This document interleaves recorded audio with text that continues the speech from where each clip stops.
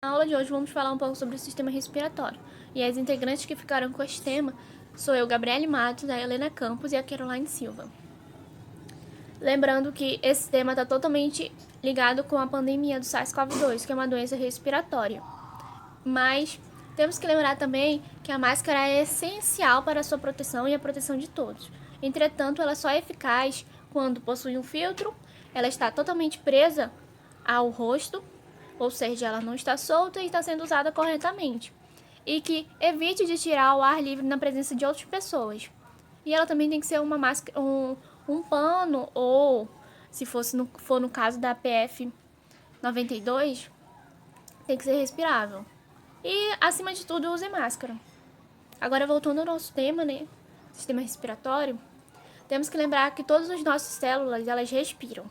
Ou seja, elas exercem um procedimento que é chamado de respiração celular, onde ocorre a troca entre os gases do sangue, entre o sangue e o ar, que ocorre nos pulmões. E esse tipo de respiração é o tipo de respiração pulmonar. Vou falar um pouco sobre as estruturas do sistema respiratório.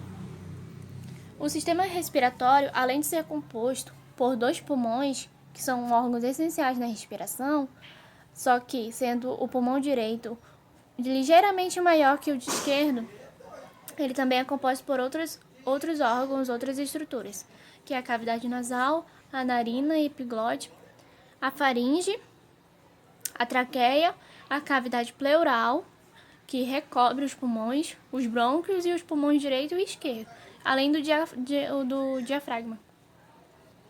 Agora eu vou comentar um pouquinho sobre cada estrutura do sistema respiratório. Primeiramente, vamos falar um pouco sobre as narinas e as fossas nasais. As narinas, a narina é o orifício aqui do nariz. E essas cavidades do nariz são formadas por um tecido cheio de cílios. Esses cílios são chamados de fibríceas. E eles são cobertos por muco. Além deles serem uma estrutura que filtra o ar e retém partículas que são consideradas desnecessárias para o nosso corpo, eles são locais de entrada e saída do ar no organismo, além de realizar o aquecimento e a umidificação e, como eu falei anteriormente, a filtração do ar. Sendo que nessas regiões temos sensores olfativos, que fazem com que a gente consiga determinar diferentes cheiros. Cheiros que aí, esses sensores olfativos, eles estão interligados com o nervo olfativo, que é a partir daí que a gente consegue perceber diferentes cheiros, diferentes sensações. Agora vamos falar um pouco sobre outra estrutura fundamental no sistema respiratório, que é a faringe. A faringe, ela serve de passagem tanto para o alimento quanto para o ar. Ela termina em um tubo curto que é chamado de laringe. E a conexão entre o sistema respiratório e o digestório é chamado de laringofaringe. Sendo que nessa região temos aqui na parte vermelha, considerado que vermelhado, tem uma estrutura chamada de epiglote. A epiglote é como se fosse uma válvula que permite essa direção entre o alimento ou o ar. Podemos dizer que essa cavidade é comum em um sistema digestório e respiratório, sendo que essa válvula ela é estimulada pela entrada da comida, né, do alimento, faz com que ela tampe a parte da traqueia e libere só o esôfago, para onde a comida vai, que é a parte adequada.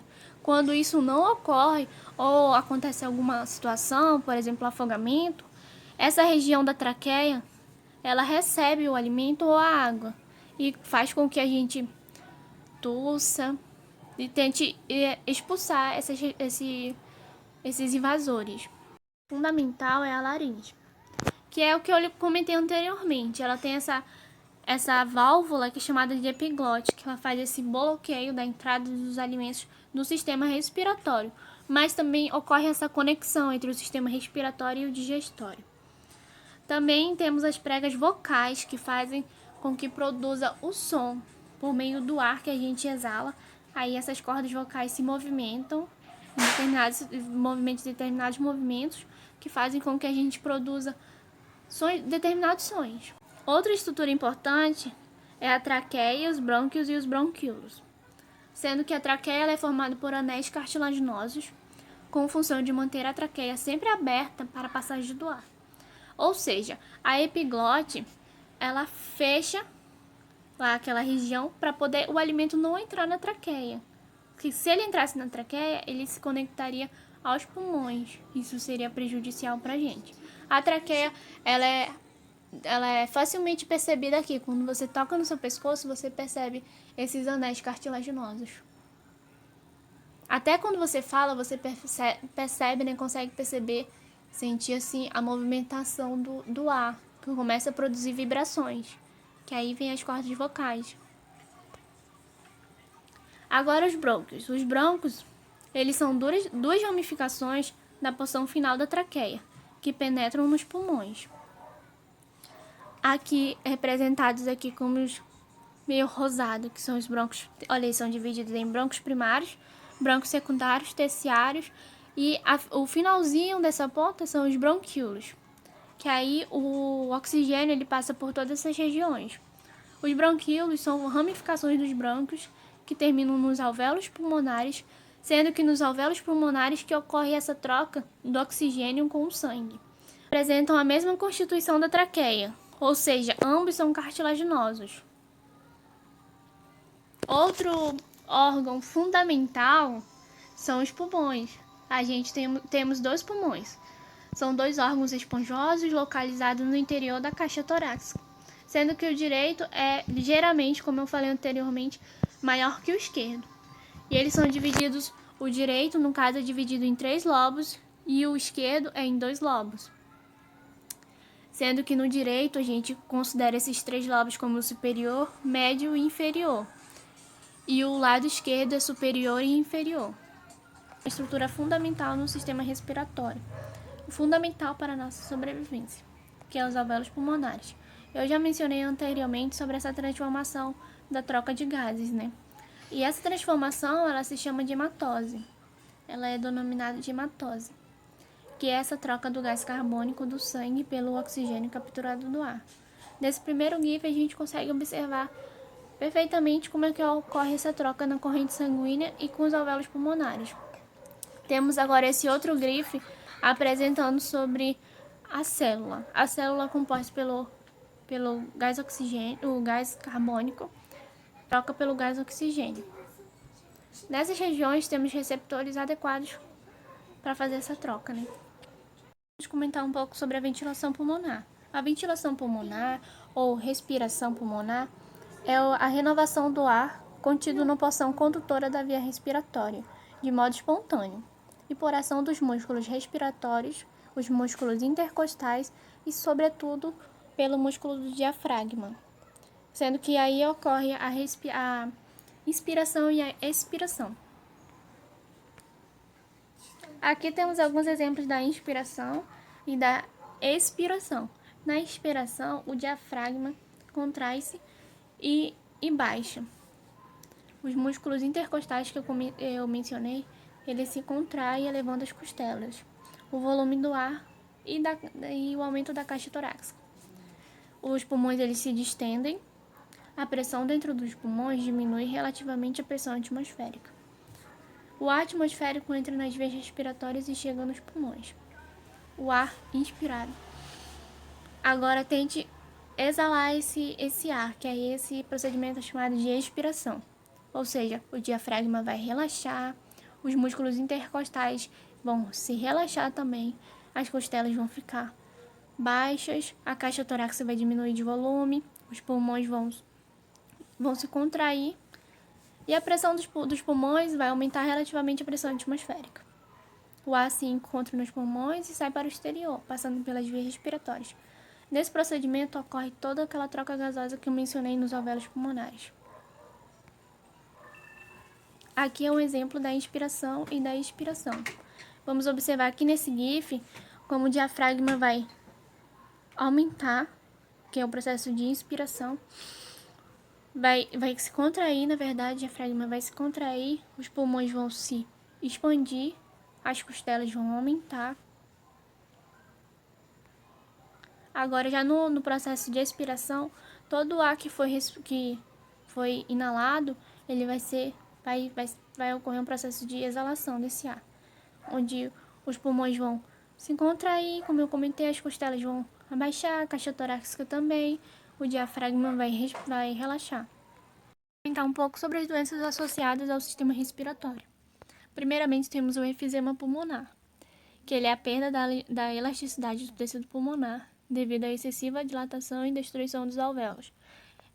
Essa doença ela é ocasionada principalmente pelo tabagismo. Aqui podemos observar nessa segunda figura o pulmão de um não fumante e um pulmão de um fumante, onde com a inalação do tabaco, né, da substância do tabaco, ela começa a destruir os alvéolos pulmonares. Aqui temos um exemplo dos alvéolos normais e um alvéolos que está sendo ocasionado pelo efizema. Ocorre essa dilatação dos alvéolos, os alvéolos perdem todas suas propriedades e suas funcionalidades. Outra doença associada é a asma, que ela é uma doença inflamatória crônica das vias aéreas, que resulta na redução ou mesmo na obstrução do fluxo do ar. Ou seja, a gente consegue observar aqui nessa imagem um bronquíolo normal, que ele permite a passagem do ar tranquilamente. Já aqui temos um bronquíolo inflamado, no caso, né? Que aí se torna mais difícil a entrada do ar, porque ocorre esse estreitamento das vias aéreas por hiperprodução de muco e a contração da musculatura, ou um edema da mucosa brônquica.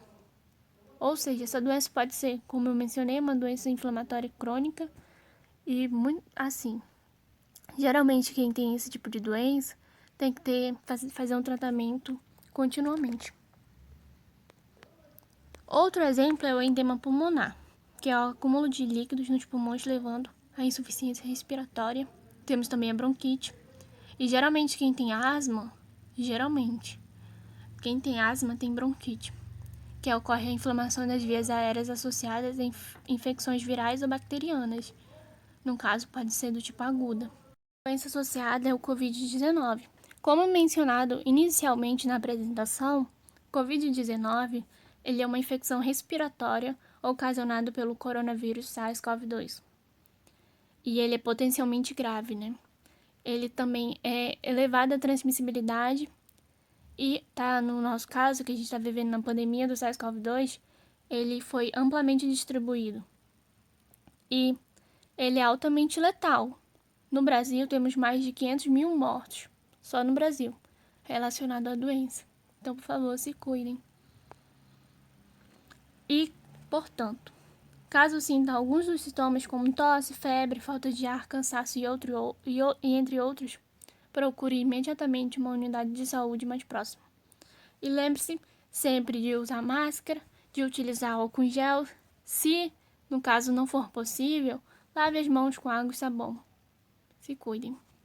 Muito obrigada. Aqui foram as nossas referências. Até a próxima.